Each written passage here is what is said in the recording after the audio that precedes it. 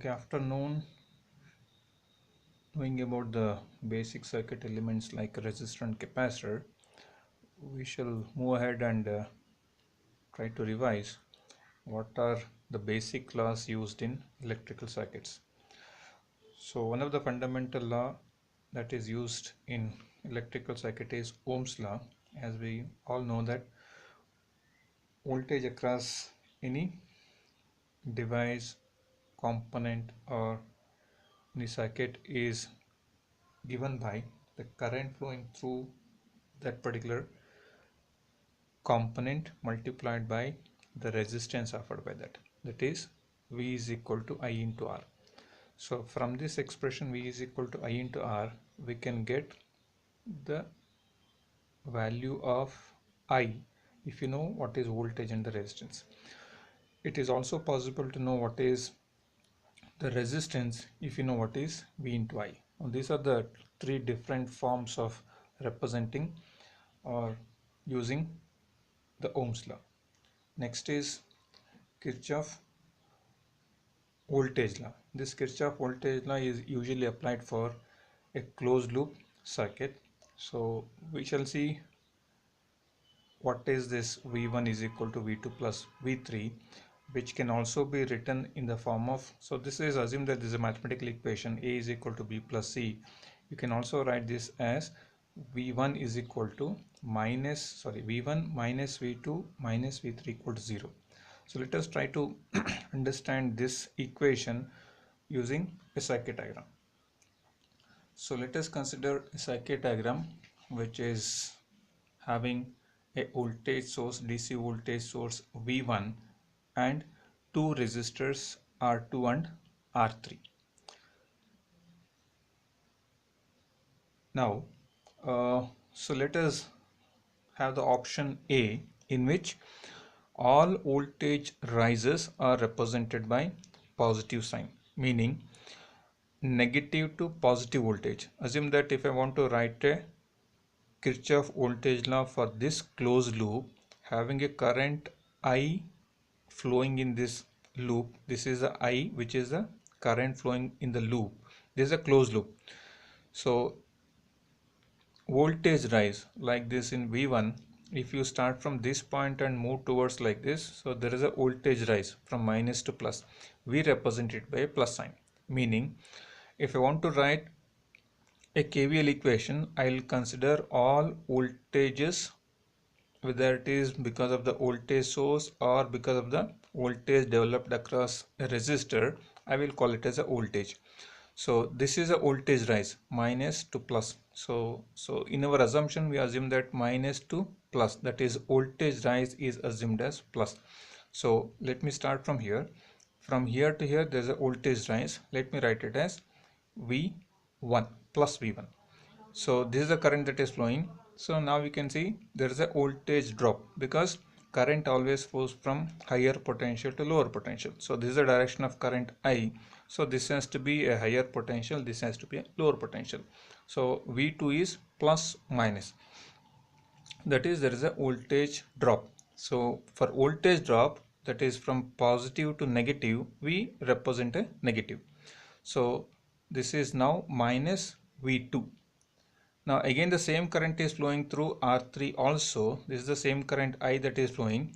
So this will also have a voltage drop here, that is a voltage developed. So which we name it as V3. So this is again plus minus. Why this is plus means because the current is flowing from here down to this. This is now plus minus. So if you actually start writing the loop equation, so this is the voltage rise plus V1, there is a voltage drop minus V2, there is again one more voltage drop, this is minus V3. So this I can rewrite as V1 is equal to V2 plus V3. So what is this V2 V3? V2 V3 is nothing but V2 is equal to the voltage developed across the resistor R2. V3 is the voltage developed across the resistor R3. The voltage developed across the resistor is nothing but I into R. From Ohm's law, so current flowing through the resistor R2 and the resistance of R2 is the voltage developed. That is V2 is equal to I into R2, V3 is equal to I into R3, where I is the current flowing in the loop. So using this convention of voltage rise as positive and voltage drop as negative, we got this expression. Now it is not necessary that we should always assume the positive sign for voltage rise and negative sign for voltage drop. So let us consider the second option for the same circuit. So we shall consider the second option B, that voltage rise let us represent by negative sign. Voltage drop, you can see voltage drop is plus to minus, let us represent it by positive sign. So this is the second option, or option B. We shall again write the same equation for same KVL for the identical circuit diagram. So let us start from this particular point. So this is now minus to plus. So minus to plus is voltage rise. So here in option B, we have assumed that let voltage rise be negative. So this is what is minus V1, minus V1. Why this is minus? Because there is a voltage rise. We have assumed that voltage rise let it be negative sign. So when it comes to here, this is now plus minus. Why it is plus, why it is minus is because our assumed direction of current flow is this way, that is exactly going down. So this has to be a higher potential, this has to be a lower one. So this is plus minus, there is a voltage drop. So voltage drop you represent it by a plus sign. That's what is we assumed here. Voltage drop is plus. Again coming to V3, it's again a voltage drop, you represent by plus sign. So for every plus it is, for every voltage drop it is plus, for every voltage rise it is negative. When you actually rewrite this equation, it again comes as V1 is equal to V2 plus V3. One thing is very clear from both the assumptions, that whether you assume the voltage rise as positive or negative, we ultimately end up with the same equation, that is V1 is equal to V2 plus V3. Here also in the second option, that is option B, also it is V1 is equal to V2 plus V3. So what I mean to say is, so let us stick on to a particular convention. So we'll assume that all voltage rises you take it as negative. So all voltage rise you take it as negative. All voltage drops let us take it as positive. So this is option what I tend to follow. So it's left to the students that whichever they are comfortable, either they can go with this or go with the option B. So let us consider a few more examples and try to use the Kirchhoff voltage law to write the equation. So let us take this equation having two loops. So I have a loop consisting of R1, R2, R3. So we'll assume a current of I1 flowing through this loop. So there is a current I2 flowing through the second loop. So there are two loops now. Now what I'm assuming is, so the assumption is positive sign for voltage drop, that is option B. So then for voltage rise it is negative. So let us start writing the KVL for the first loop. For loop 1, so first it is voltage rise is minus Vn. Next there is a drop. So why there is a drop, why we are writing it as a drop means, why this is plus, because the assumed direction of current is this way. So this has to be, of course, even if you consider this way, it is going from here to here, means this has to be a larger potential. So that's why it is voltage drop. So voltage drop, you can see now it is plus. Voltage drop is plus. Next there is a voltage drop here. So this is V1, this is again V2. Now you can see there is plus V2 and this is a plus V3. So we are writing for this particular loop 1, voltage rise is equal, voltage rise that is minus V in plus voltage drop plus voltage drop plus voltage drop equal to 0.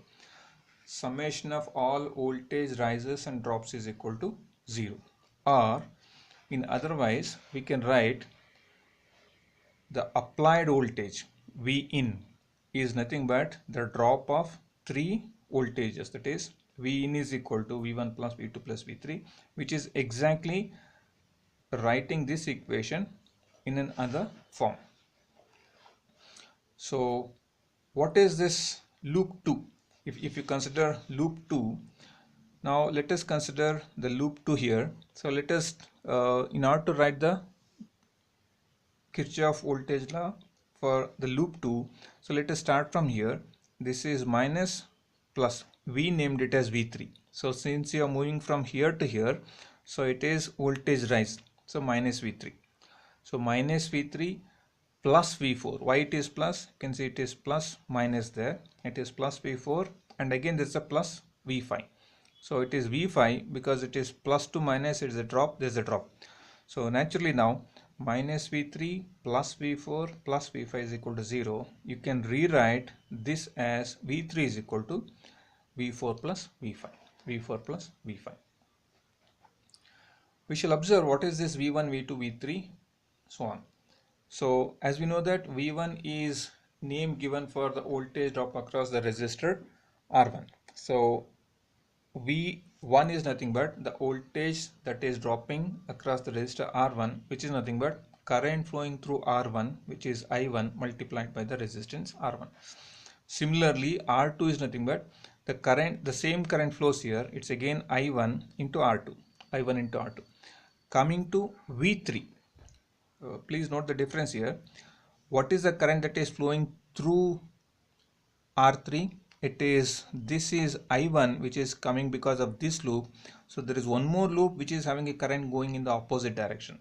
So the net current flowing through R3 is I1 minus I2. Why it is minus is because I2 is actually going in the direction opposite to I1. So it is I1 minus I2 into R3. So the current flowing through R3 is I1 minus I2. So coming to V4, which is plus minus. So what is the current that is flowing? Here we assume that this is the direction of the current, which is I2. The resistance is R4. Similarly for V5, it is I2 into R5. So in this way, whatever the complex circuit is, so whenever you want to write the KVL, just start from any point of the loop, come back to the same point. So while coming back, make sure that whether it is a voltage rise or voltage drop, for all resistors you mark plus minus so that the current entering point will be plus, the current leaving point will be minus. The current entering point is plus, current leaving point is minus. So here it's again plus minus. So especially for R3, so the current I2 is going, sorry, I1 is going like this, I2 is going in the opposite direction. That's why the current flowing through, effective current flowing through R3 is I1 minus I2. So we shall see a few more circuits in the later stages and find out.